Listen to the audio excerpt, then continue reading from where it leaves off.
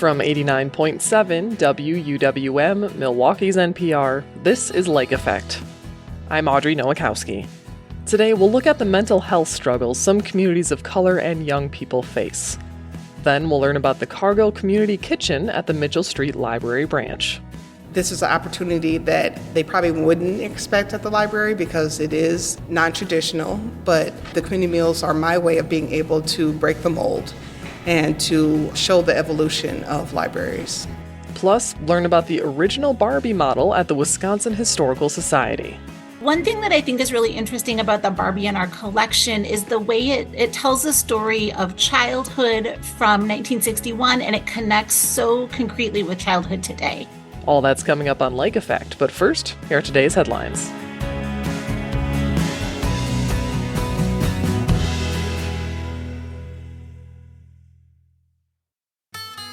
This is Lake Effect from 89.7 WUWM, Milwaukee's NPR. I'm Audrey Nowakowski. Thanks for joining us today. July is Minority Mental Health Month. It's a time to bring attention to the unique challenges that people of color face with mental health struggles and care. Suicide rates among Black Americans have risen over the last decade. There is an especially alarming trend among the number of Black teens and adolescents dying by suicide.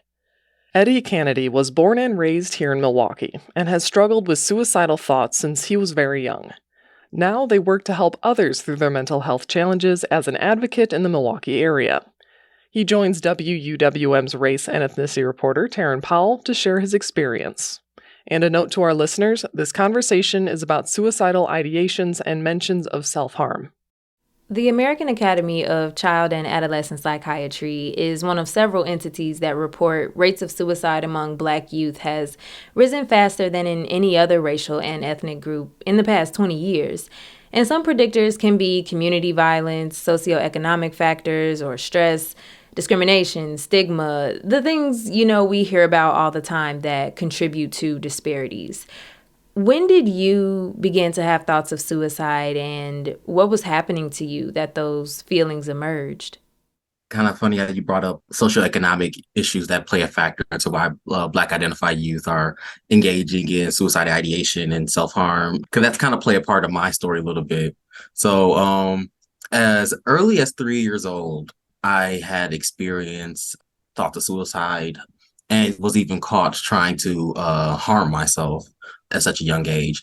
And I don't want to get too many details about what was going on around that age, but my mother, who is kind of the one person who kind of remembers most of the details. I mostly remember the feelings, I kind of felt this energy around me since my entire life.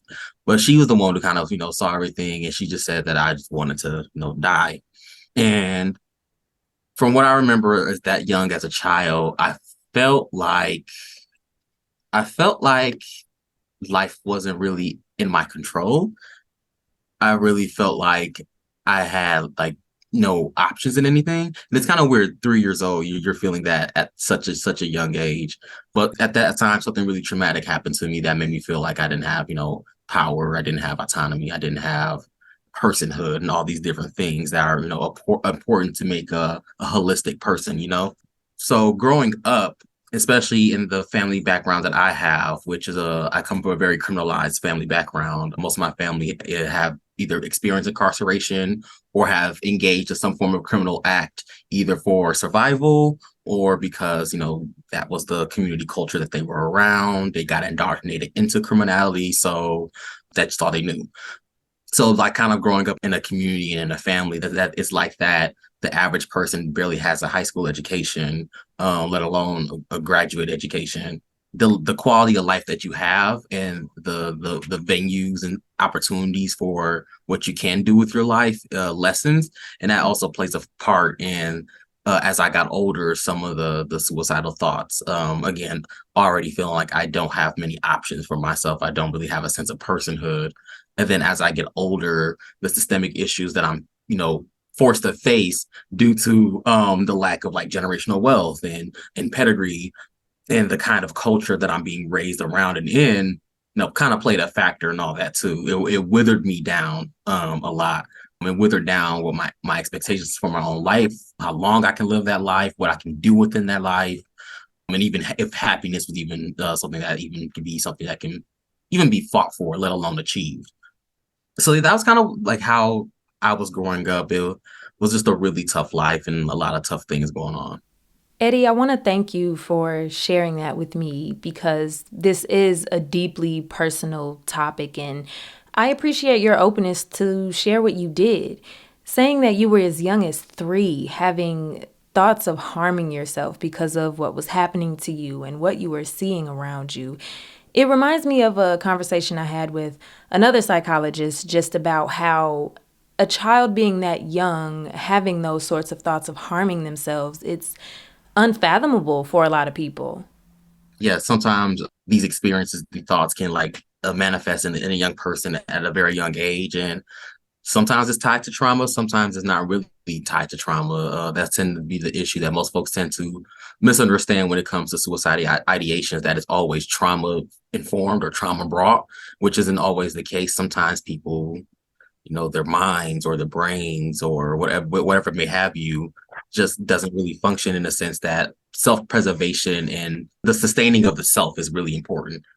That also makes me think that we have to bring in resources to address these problems a lot earlier. I'm wondering if you received medical attention. What was that journey like for you? Because it's documented that mental health and substance use are often under-recognized, undertreated, and misdiagnosed in Black youth. Yeah, so there was medical intervention in my early adolescence. By the time I got into young childhood, so around the age of, I would say like 9, we really didn't do therapy all that often, and it really wasn't really that highly recognized. I don't really remember what stopped us going to therapy, but all I remember is that it wasn't really a thing that was consistently part of my schedule. And at some point, it kind of phased out of my life. But the things that I were dealing with, both like within my life, both as well as the suicidal thoughts that I was experiencing were still going on. And then as I got older, it entered puberty, and then like experiences of like exploring my sexual orientation start to play a factor into that. And again, this was the early 2010s, late 2000s. So like things weren't really, even now things aren't really always peachy keen for queer people. Yeah. But even back then, it was like at that young of an age, it's like trying to figure those things out, and you hear like you don't know what you are, but Yeah. you're being bombarded with messages that being a certain way makes you wrong, Yeah. so that adds on top of that too. And then the dealing with mental health issues, so like dealing with depression and bipolar disorder and ADHD were the things that were just on top of me as well. Now, speaking of school, your peers, your family, I know you mentioned your mom really noticed what was happening to you and did what she could.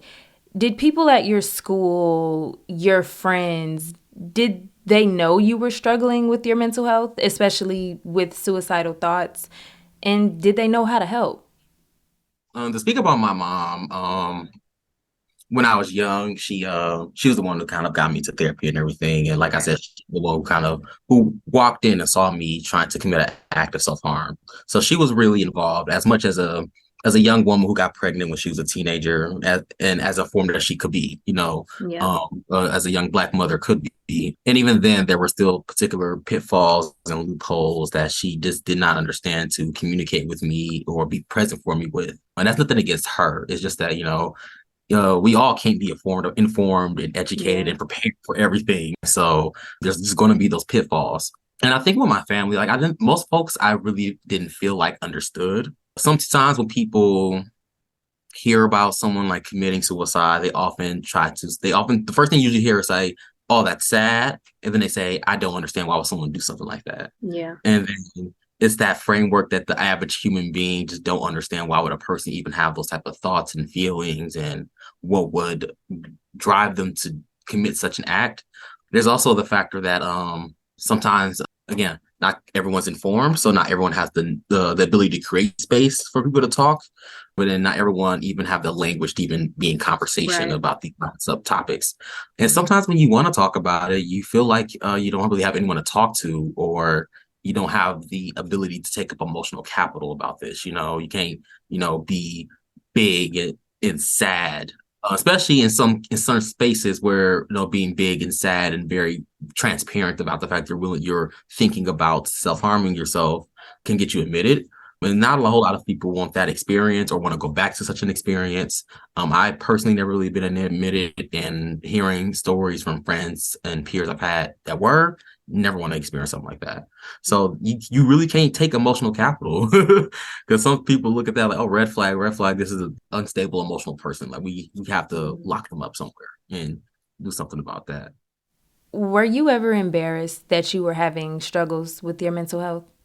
Yeah, there was a sense of embarrassment because you do recognize there's something different about yourself from other people, and that other people got this thing about them where they, I don't know, not I don't want to say like value themselves, because I want to say that not all people who experience suicidal ideation don't value themselves, Right. because that's not always the case. But they have this thing where they don't have to carry that weight with them, and you can tell. It does get embarrassing because you're like, why can I be like that? Why am I always thinking about this thing, or always feel like I'm 1 inch away from doing something that I might regret? Or and there's also the factor that you can sometimes feel shame, especially with how some people usually just have like talk about suicidal ideation and how you try to pull people from out of that, because oftentimes people try to say to pull someone from out of that type of thinking is, well, you have so many people that care about you. You have all these friends,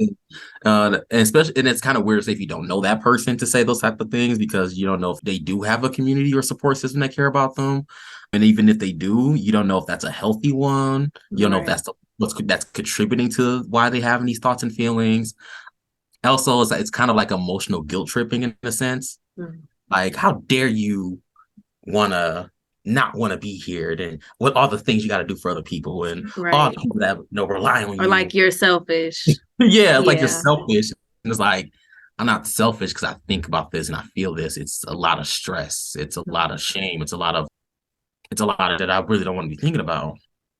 So yeah, it's there is a lot of like embarrassment, and like I say, like you don't really get the emotional capital to talk about it, so that embarrassment deepens, because like you don't have a community to like kind of go to and just be yourself with, in a few spaces that people have, like online spaces where people go to talk about suicidal ideation and self-harm, aren't really always the healthiest. And they always don't really create avenues to get support or tools of a betterment. Not to say that all the spaces are like that, but like sometimes the internet is not the best space to try to find community, especially when it comes to mental health. Yes. Eddie, is suicidal ideation something that always lingers with you? And if so, what helps you? So I went on a long and treacherous journey on dealing with my suicidal ideation, and it's something that still exists. I still think about it. It still pitter patters in my head like a newborn baby or something. But over years of learning to advocate for myself, and kind of that being the vessel in which I've actually ended up getting more help for myself was through advocacy. It made my life a bit better. It made managing that a little bit better. It made developing a sense of self-preservation easier. It's like, yes, I'm dealing with this. Yes, I have these thoughts, but I owe it to myself to at least have an experienceable life, Yeah. I owe it to myself to at least, exist, even if I'm not happy with it. I owe myself at least that bare minimum. So I just owe it to myself to exist.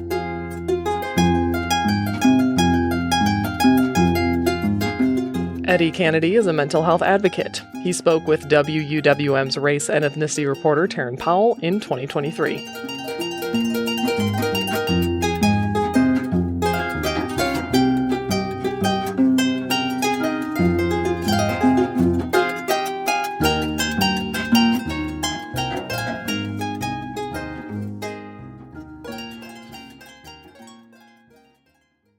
To help break the stigma, a Milwaukee area podcast is giving teens a platform to talk about their mental health.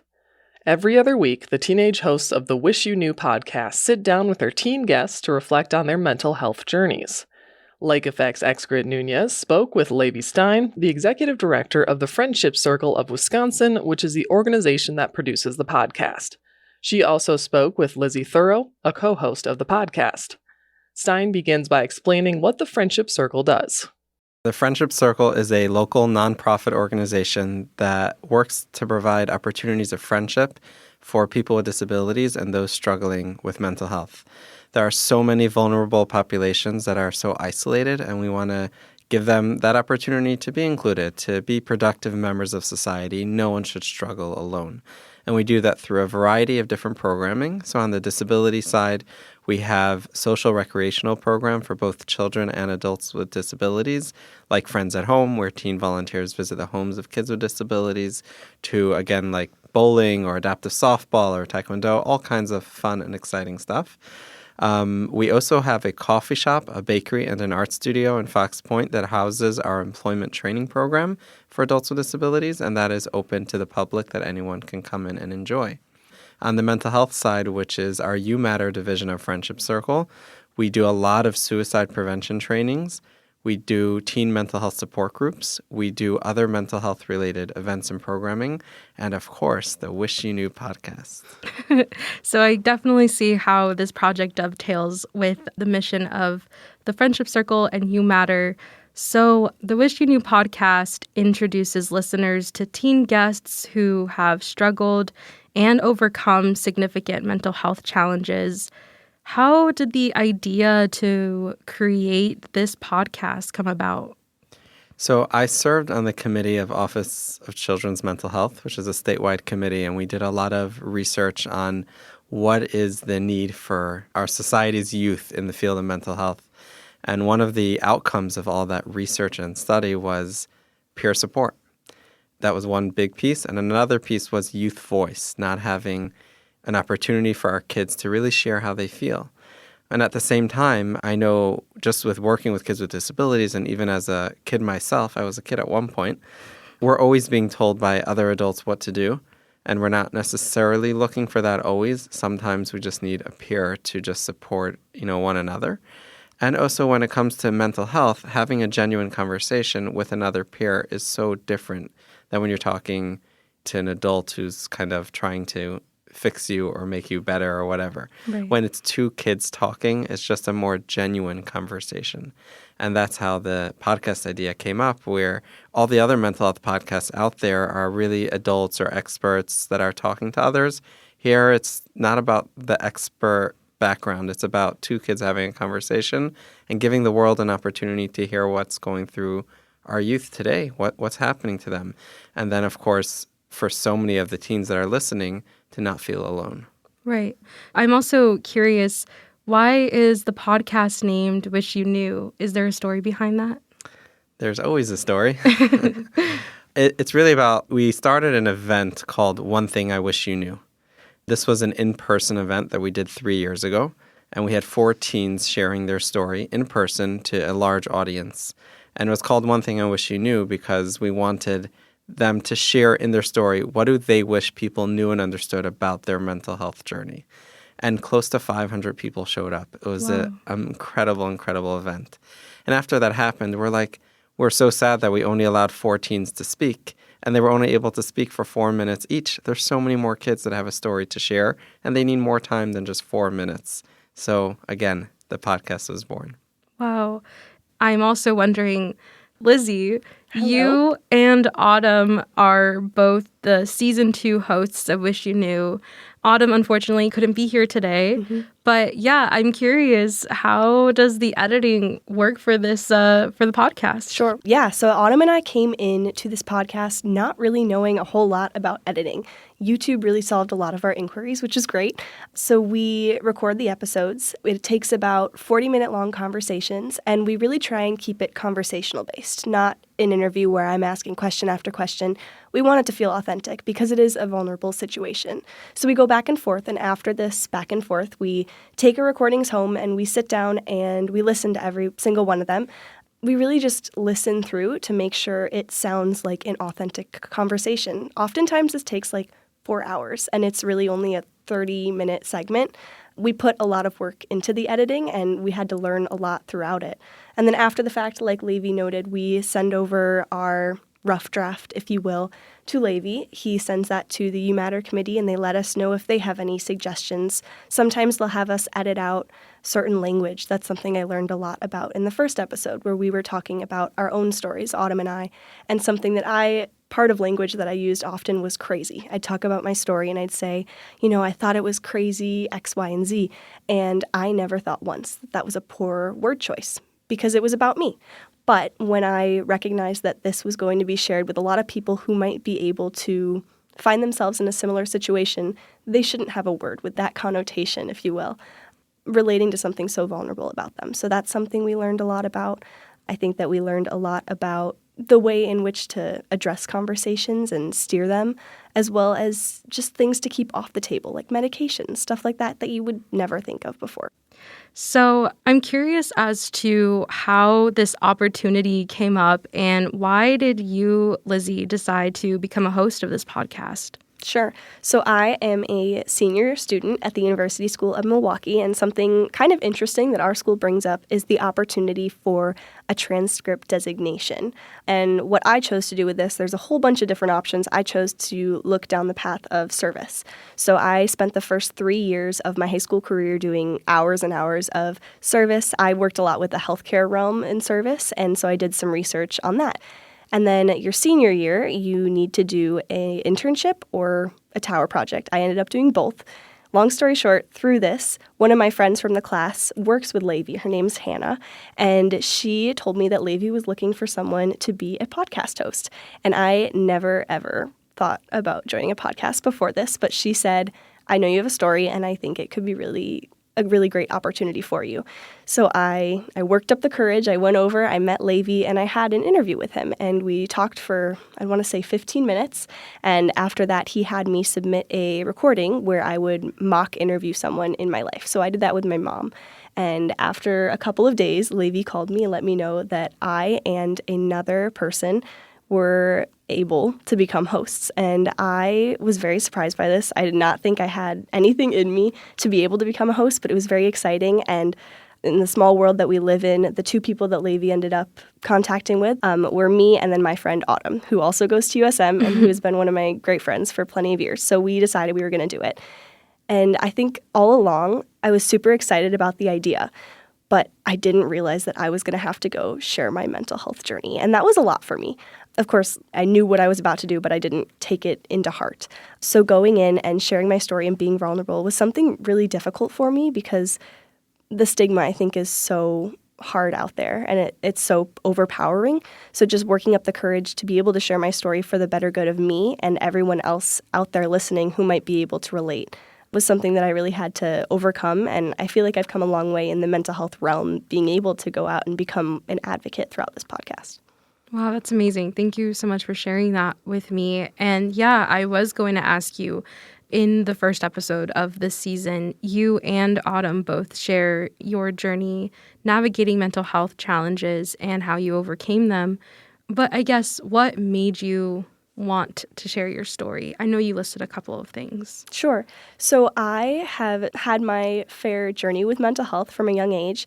I had a lot to do with anxiety and some seasonal depression in my past. And a lot of time, despite having a great support system at home, my family was very supportive. They found me therapists. They got me all the resources that I could ever want. I didn't want to talk about it because I was scared that it made me less than, that this was something that was all in my head and I couldn't control it. And I had that mindset for a long time in my life, that this was something I kept quiet. This was my issue, no one else's. And I think the opportunity that this podcast presented was to overcome the stigma. In the mental health community, there's so much stigma about this is your burden. No one else has to worry about it. And that's not true. Mental health is just as important as physical health. And I think that this podcast, making me overcome those thoughts, has really taught me a lot about it. And I'm just so proud to be able to sit here now and say that I am stronger than the stigma. And being a part of this podcast, I'm no expert, but just having these conversations can help a lot of other students in a similar situation overcome the stigma for themselves as well. Absolutely. And I do want to mention some of the conversations The conversations on the podcast range from one guest talking about their struggles with body image and anorexia, another guest experiencing depression while recovering from a sports injury, and someone else, navigating feelings of isolation after immigrating to the U.S. Mm-hmm. Why do you think it's important to give young people this platform to be vulnerable and share these difficult experiences? Sure. So, like I said earlier, there's no one story for mental health. There's so many different things. And the stigma a lot of times, too, will have you have to define your journey. And I think that something interesting about this podcast is there's no right or wrong way to have a mental health journey. So Levi has been very adamant about having a whole plethora of stories ranging from all the things that you were talking about earlier. And I think that this podcast is important and ultimately show all of our audience.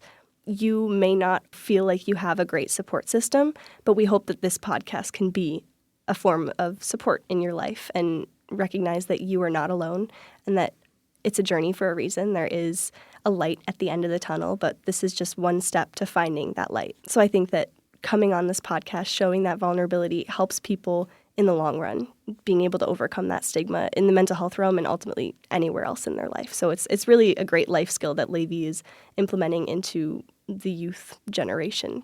Before we wrap up, I want to take it back to the beginning. Levi, do you feel like the Friendship Circle of Wisconsin is accomplishing what it originally set out to do with the Wish You Knew podcast? It's definitely making progress towards it. I mean, we definitely need to get the word out. There are so many kids right now that are still struggling alone. There are so many people in our community still having thoughts of suicide, so many people that are going through something that no one should have to go through, but many are, and they don't need to go through it alone. And until everyone is feeling connected, we're not going to stop. Well, Lizzie and Levi, thank you both so much for sharing your work with me. I really appreciate your time. Thank you so much for having us in.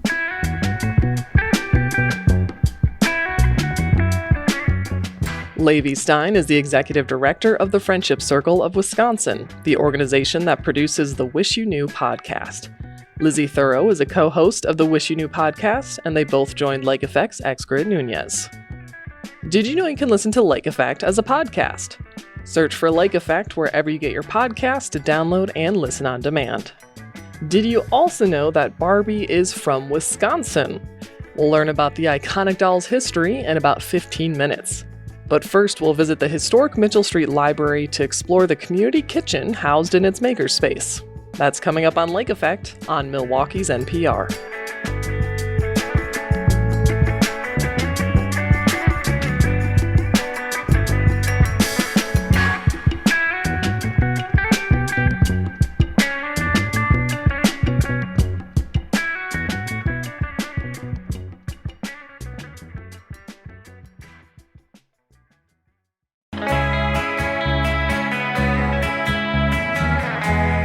You're listening to Lake Effect on 89.7 WUWM. I'm Audrey Nowakowski.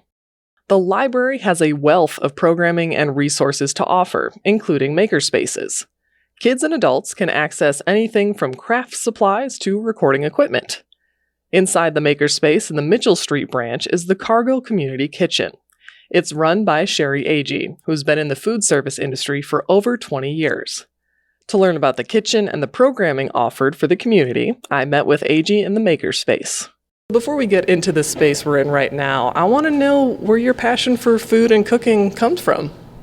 Primarily from my childhood, so stemming from my mother and my older sister preparing meals for the family growing up and just wanting to essentially be under their wing and learn how they were able to transform these ingredients to family meals that just became, custom in our home. But that sparked my passion for creativity and then also wanting to serve. So that was, I would say, the birth of my culinary journey.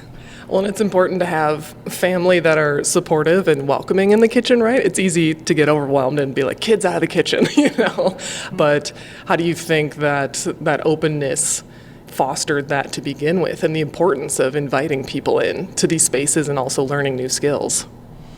It's the environment of a free space and where people feel safe to, one, be themselves and just have the courage to try new things, whether it's a new ingredient or learning about a new concept of food, a new technique on how to transform food. That environment is something that I felt at home, and I want to transcend that in the library space. So before you came to the library, I'm curious about your own history in the culinary arts before you took the position of kitchen consultant here. So can you share some more of your food background that you made a career of? Sure. So I started my culinary education at a junior college in Illinois in the food service management program, and then transferred to MATC's culinary arts program. And since then have been continuing my education with different certifications. ServSafe is a food safety program that I have became certified in, but also now in a position to teach as an instructor. So very excited about that, making individuals who also want to pursue a career in the food service industry to be better equipped. And then just a whole plethora of experience from mom and pop restaurants, the health industry, hospitals, assisted living centers, the travel sector. I've worked at General Mitchell with one of the top food service providers, and then my own catering business. Yeah, certainly a wealth of experience. And you joined MPL in the spring of 2022, and a major part of your initial work was rebuilding the library's culinary program after the pandemic, right? Which was a huge shift and challenge for many of us and all the jobs we do. So what were some of the main challenges or action items that stand out to you looking back at your first period of time starting here? I would say just opening the door of people getting to know who I was. I was new to patrons, and the previous consultants, they already had established that culture with them and relationship with them. So me coming on board, just establishing the rapport with patrons, and then again, the environment that I wanted to create in our makerspace to just foster that sense of community and rebuilding what was lost or certainly diminished during the pandemic. It's just really just restructuring that and making people feel welcome and safe and being able to just reconnect. Yeah, that's so important. You mentioned the makerspace, which is where we're sitting in right now at the Cargill Kitchen. Can you share more about the background of this kitchen and what it's named after? So the Cargill Community Kitchen is made possible by the Cargill Company. So they had partnered with Milwaukee Public Library by way of creating this magnificent space to provide food programming. We are the one and only branch in the library, Milwaukee Public Library network, to offer food programming on this level because it is a full-scale community kitchen. The output of what has been created through different avenues of weekly series of food programming and what we call special events, like our community meals, all are made possible by way of the community kitchen. So you mentioned community meals. You also have programs such as Snack Hack, and I know the options of what you want to cook and prepare for the community are probably endless. So what are some of your guiding principles that help you shape your programming for the community here? I do want to explore food options that, from my experience, most people may not have tried because this might be the first experience for them right here at the library. So some common items I will add in the mix in terms of the menu that is supporting the Snack Hack curriculum. But I do want to continue adding those new experiences as well. So different ingredients that might be oddball to most of the patrons, I definitely want to expose them to learning that new piece that they can take home as a addition to their culinary awareness. You mentioned an ingredient or a meal you might introduce may be someone's first exposure to that. So what are, say, some recipes, for example, that you help to share with people to kind of give them that introductory lesson, but also the recipe that's not too complicated that it scares them away or intimidates them from a kitchen experience?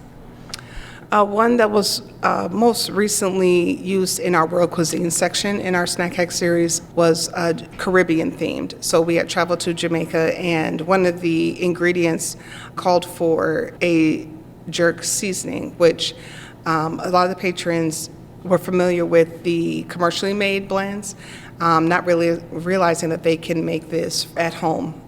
And being able to learn how ingredients come together to get the results that you want, and learning how to transform food was definitely an eye-opener for a lot of patrons. There's the whole excitement and tool of being resourceful in the kitchen, whether it's making your own spice blends or knowing what to do with an ingredient and the versatility of it. So what is some of the feedback or takeaways you hear from attendees, and what kind of range of people do you see in your classes? The feedback from the attendees have always been positive and a strong sense of gratefulness. A lot of patrons will say, oh, I didn't know, even just as simple as the proper way of cooking rice.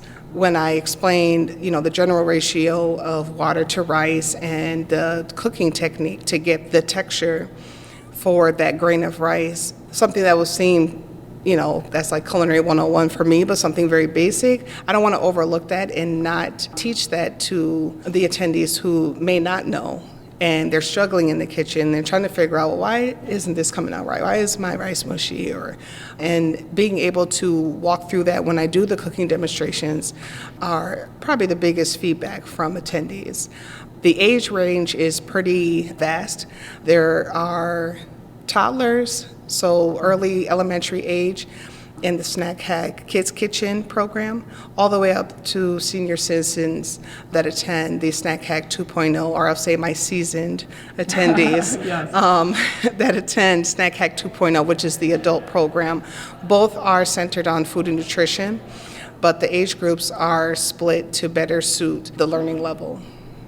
So no matter the meal that you're preparing and helping to walk through with people, what are the main takeaways you hope your attendees take away from your time with them in the kitchen? Be open to learning and to not be afraid in the kitchen. That it's okay to make mistakes. I literally explained that a lot of recipes were mistakes.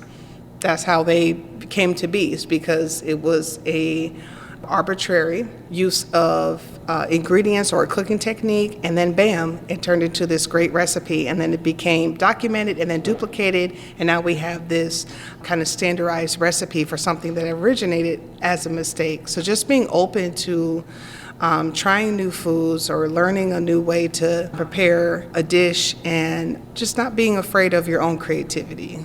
You're not limited with food. There's so many possibilities, and even that is an understatement.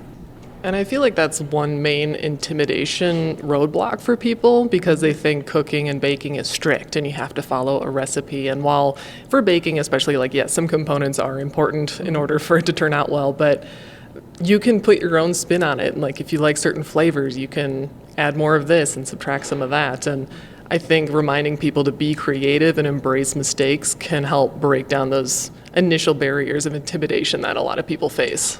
Exactly. I actually, in almost every session, I always explain that recipes are a guideline.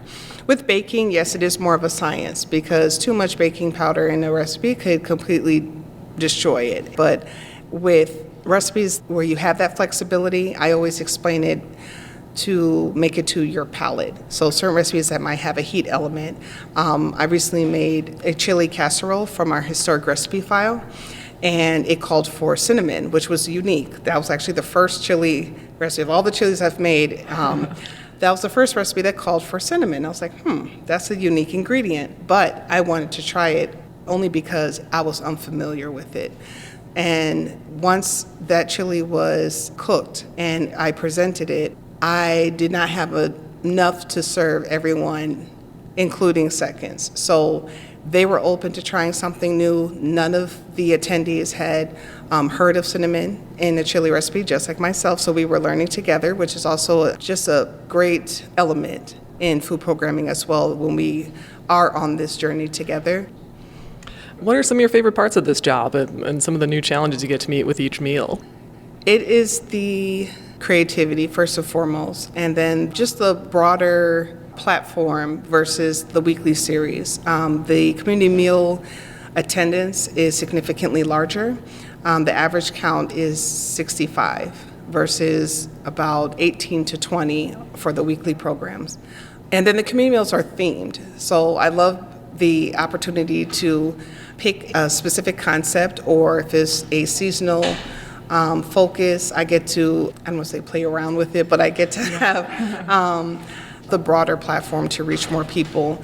And they are attending in big numbers. So we are doing meeting a great need, because they're returning and they're coming back and they're sharing their experiences. And this is an opportunity that they probably wouldn't expect at the library, because it is non-traditional, but the community meals are my way of being able to break the mold and to show the evolution of libraries.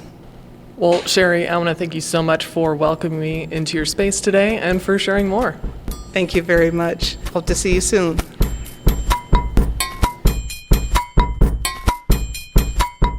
Sherry Agee is the Cargill Community Kitchen consultant at the Milwaukee Public Library Mitchell Street branch. We spoke earlier this year. There is a series of snack hack programs throughout July happening at the kitchen, and you can find out more information about that at mpl.org. We've got a new season of Bubbler Talk going, and we need some new questions. Submit your questions about the Milwaukee area that you've always wondered about at wuwm.com. We'll take one more break, and when we return, we'll learn about the original Barbie doll and how Barbie's origin story has ties to Wisconsin. Keep listening to Lake Effect on WUWM.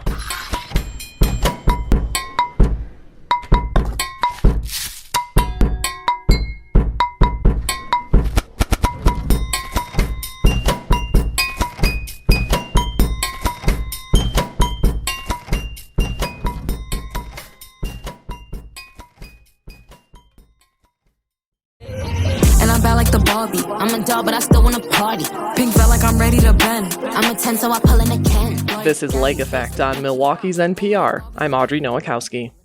Barbie summer may be behind us, but Barbie dolls are forever a part of our culture. The Wisconsin Historical Society has an original model of that first Barbie doll in a black and white striped bathing suit, which dates back to 1961. And fun fact, Barbie is actually from Wisconsin. I'm joined by Abby Norderhow, the Director of Acquisitions and State Archivist for the Wisconsin Historical Society, to learn more. So you actually have one of these original models in your collection. Where did this Barbie come from? So the Barbie doll that the Wisconsin Historical Society has in their collection is from 1961. So it's a little bit different than that original. The primary difference being that our Barbie has pearl earrings and the original has the hoop earrings. So the Barbie that we have was purchased by Orville and Francine Fox, who lived in Oshkosh, Wisconsin. And they actually purchased that Barbie specifically for their granddaughter, Beth Fox, so that when she came to visit them from Madison, she would have something to play with. And Barbie apparently has some Wisconsin roots. She's supposedly from the fictional town of Willows, Wisconsin. Do we know any more about this and her Midwest origin story? Barbie is from Willows, Wisconsin, and that was confirmed in a series of books published by Random House starting in 1960, where it was confirmed that Barbie graduated from high school in Willows, Wisconsin. However, the story's changed a little bit over the years. In Barbie Dreamhouse Adventures, which was a television program, the story was changed so that Barbie moved from Willows, Wisconsin when she was 8 years old to settle in Malibu. We don't know where Willows is in Wisconsin, but it's sort of the idea that Ruth Handler had when she created the Barbie doll was that every girl should be able to see herself in Barbie. So centering Barbie in the Midwest and in a small town makes her very accessible. And when Barbie debuted, it was to mixed reviews, honestly. So what were some sort of the concerns that, everyone from doll buyers to even the heads of Mattel had? Barbie was a really unique product when she was introduced. At that time, most dolls aimed at little girls were baby dolls, sort of with the idea that it would let them envision themselves as mothers and let them play in kind of a caretaking role. And the idea of Barbie that Ruth had was that Barbie should be what any little girl could envision her future to be. So having Barbie as an adult rather than a child made little girls think about their future and think about what they could be when they grew up. I think it's notable because Ruth herself was a female executive at a time when female executives were fairly uncommon. And so she was giving girls an avenue to see themselves maybe in a business role or in one of the many other careers that Barbie has had over the years. One of the main hurdles of the design of Barbie was the fact that she was mature, that she had breasts, that she had long legs, and, was something that made obviously all the male executives uncomfortable. And Ruth was trying to explain the concept, and she came across something called the Lily doll on a trip to Switzerland in the summer of 1956 that kind of modeled what she was trying to conceptualize. Can you explain a bit more about the Lily doll and why it's significant in Barbie's origin? Sure. So, Ruth Handler had noticed that her daughter preferred to play with adult women paper dolls rather than baby dolls. And then she was on a trip in Switzerland and came across this Lily doll, which was an adult female doll. And she had her daughter with her at the time, and both she and her daughter were sort of captivated by this doll and the possibilities that there were there. So she bought one of those dolls and brought it back with her and used it as a model to make the modern Barbie doll. And that idea of an adult female doll with an adult female body was new at the time, and I think was probably hard for people to accept and to envision such a change in what kids were playing with. And while Barbie has had several different careers in her lifetime as a toy, this first Barbie doll was primarily for the fashion accessories, right? Absolutely. So the Barbie's first career was as a teenage fashion model. And one of the things that's really interesting about Barbie and that Lily doll that it was based on is that Barbie, you could purchase individual outfits for her and really expand your collection that way. Whereas the Lily doll, you had to purchase a new doll to get different outfits for that doll. Ruth talked about seeing a Lily doll in a beautiful ski sweater and realizing that in order to get that ski sweater, you had to have a whole other doll. So her idea was that making the clothing interchangeable and selling it separately would really allow for more avenues of play. And talking about those other clothing accessories, what other clothing items are with this Barbie in your collection here that you have? This Barbie has a couple other outfits, mainly party dress style outfits. So a couple different pink longer dresses, a skirt. One thing that's really interesting about the Barbie we have in our collection and Barbies in general is the homemade clothing. It used to be so much more common for people to sew their own clothing rather than get it off the rack at a store.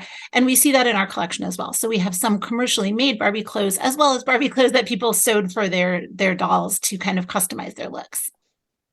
So along with Barbie's popularity as this doll made its footing in the toy world and in popular culture, there was and still is some criticisms of this iconic doll. So what are some of the main negative perceptions that Barbie has? Obviously, one of the main criticisms of Barbie is her body shape. It's not a realistic woman's body shape, and there's been thoughts over the years that might contribute to girls and women feeling badly about their own bodies. She's also often blonde, and the first Barbie was white. It wasn't until the 1960s that there was an African-American Barbie doll. So she doesn't necessarily represent all people in that way. There's also been some criticism that the initial African-American Barbie was still the same body and face mold as Barbie, just a different color. And so although Barbie strove to be more equal early on, it wasn't with a different model that might more reflect what different folks look like. And the Barbie design has changed over the years as well, while trying to remain somewhat recognizable to this original doll that we're talking about today.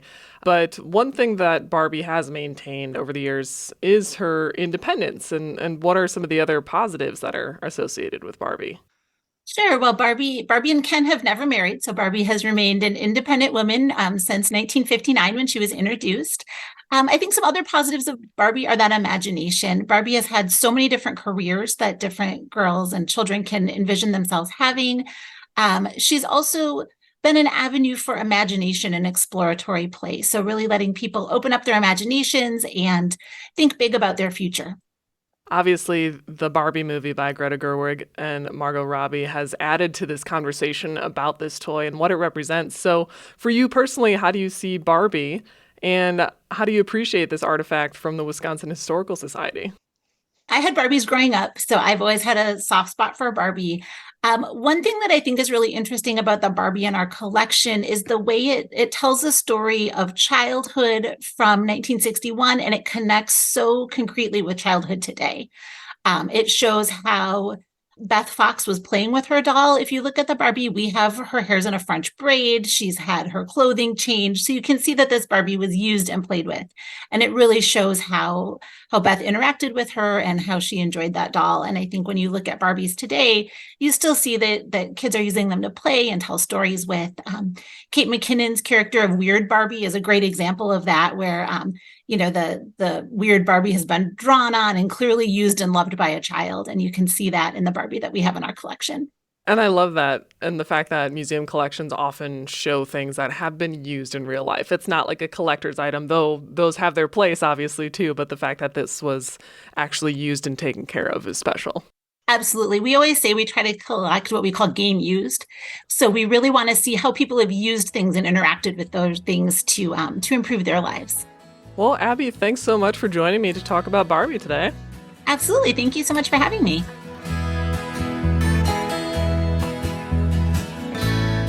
Abby Norderhow is the Director of Acquisitions and State Archivist for the Wisconsin Historical Society. We spoke back in 2023 at the height of Barbie Mania. And that wraps up Lake Effect for today. I'm Audrey Nowakowski. If you've missed any of Lake Effect this week, you can find all of our conversations at wuwm.com. If you'd like to take the show on the go, simply download the Lake Effect podcast wherever you listen to your podcasts. Tomorrow on Lake Effect, we'll get a preview of the music you'll be able to hear at the Summer of Soul event series happening at the Peck Pavilion this summer. Thank you so much for joining us today, right here on listener-supported 89.7 WUWM, Milwaukee's NPR.